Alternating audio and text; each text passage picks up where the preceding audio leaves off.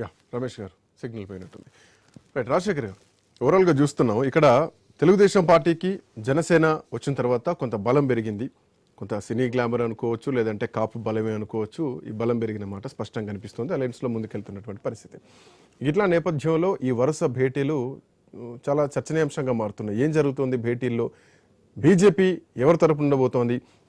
ఆ రోజు చంద్రబాబు నాయుడు జైల్లో ఉన్నప్పుడు పవన్ కళ్యాణ్ జైల్లో కలిసి ములాఖాత్ అయిన తర్వాత బయటకు వచ్చిన తర్వాత బాల్ బీజేపీ కోర్టులోనే ఉంది. పవన్ కళ్యాణ్ ఎటువైపు ఉంటే అటు విజయం అన్నట్టుగా కూడా చర్చలు జరిగినాయి. తెలుగుదేశం జనసేన అలయన్స్ తోటి ఇప్పటికే ప్రజల్లో కూడా కొంతవరకు అవేర్నెస్ నడుస్తోంది. వైసీపీ వర్సెస్ తెలుగుదేశం జనసేన కూటమి ఇది పర్ఫెక్ట్గా పోతుంది.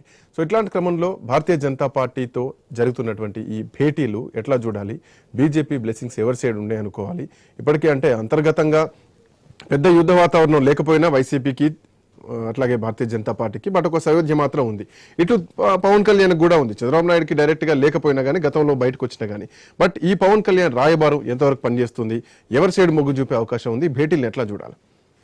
శ్రీకాంత్ గారు, ముందుగా మీకు అలాగే ప్యానెల్లో ఉన్న పెద్దలకి, మన ఐ న్యూస్ వీక్షిస్తున్న ప్రేక్షకులకి అందరికీ కూడా నమస్కారం.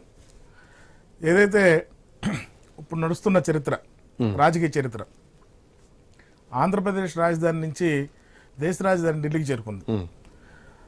ఇక్కడ విశేషం ఏంటంటే, ముందుగా ప్రధాన ప్రతిపక్ష నాయకుడు చంద్రబాబు నాయుడు గారు, తర్వాత కూటమిలో ఉన్న ప్రధాన మిత్రపక్షం జనసేన అధినేత పవన్ కళ్యాణ్ గారు వెళ్తే ఇది హఠాత్ పరిణామం.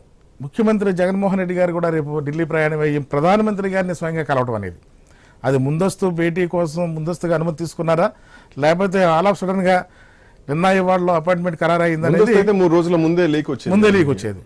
ఇది మరి ఎందుకు జరిగిందా తెలుగుదేశం ఎఫెక్ట్, జనసేన ఎఫెక్ట్ బహుశా అయిందా? మరి ఆ భేటీ వెనకాల అన్న నిగూఢం ఏంటి, ఆ రహస్యం ఏంటి అనేది మనకి రేపు ఆయనతో భేటీ అయిన తర్వాత కానీ మనకి వార్తలు రావు. ఏదేమైనా ఇది చర్చనీయాంశమైంది. జగన్మోహన్ రెడ్డి గారు ఏదైతే చంద్రబాబు నాయుడు గారి భేటీ అనేది రాజకీయాల్లో ఒక కర్టసీగా జరుగుతున్న సామాన్య జనరల్గా జరిగే భేటీగా మేడం గారు చెప్పడం, అలాగే వాళ్ళ ఏదైతే రాష్ట్ర పార్టీ అధ్యక్షులు గారు కూడా అదే చెప్పారు, అది జనరల్గా జరిగింది, మాకు తెలియదు అనేది. బీజేపీ ప్రతినిధులు కూడా అదే చెప్తున్నారు.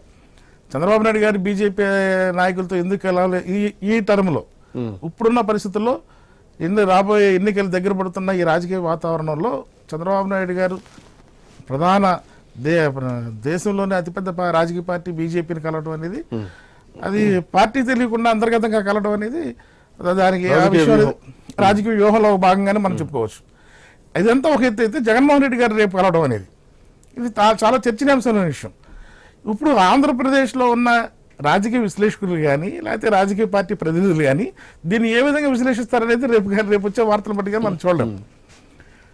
భారతీయ జనతా పార్టీ ఖచ్చితంగా ఫస్ట్ నుంచి ఒక మాట చెప్తా ఉంది ఈ రాష్ట్రంలో. పురంధేశ్వరి గారు కానీ అంతకుముందు సోమవీర్రాజు గారు కానీ, మేము ఎవరితోనూ పొత్తు లేదు, మాకు ప్రజలతోనే పొత్తు.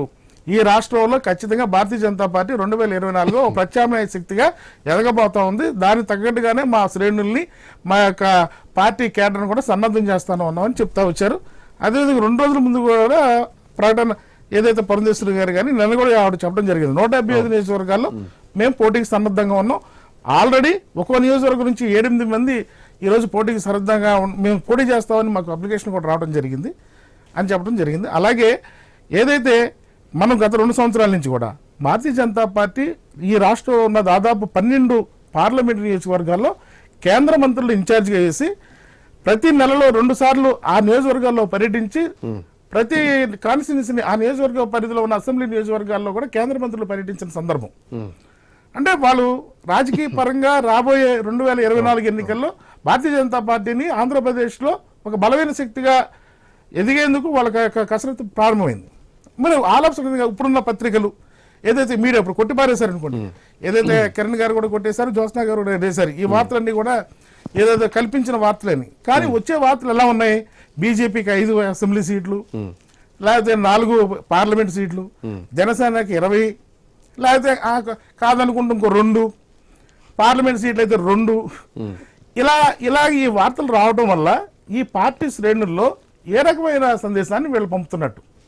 ఈ విషయం మీద పార్టీ ఏదైతే తెలుగుదేశం కానీ, జనసేన కానీ, బీజేపీ కానీ ఈ విషయం మీద వీళ్ళలో పార్టీ శ్రేణులకి ఏ రకమైన ఈ వచ్చే వార్తల మీద ఏ రకమైన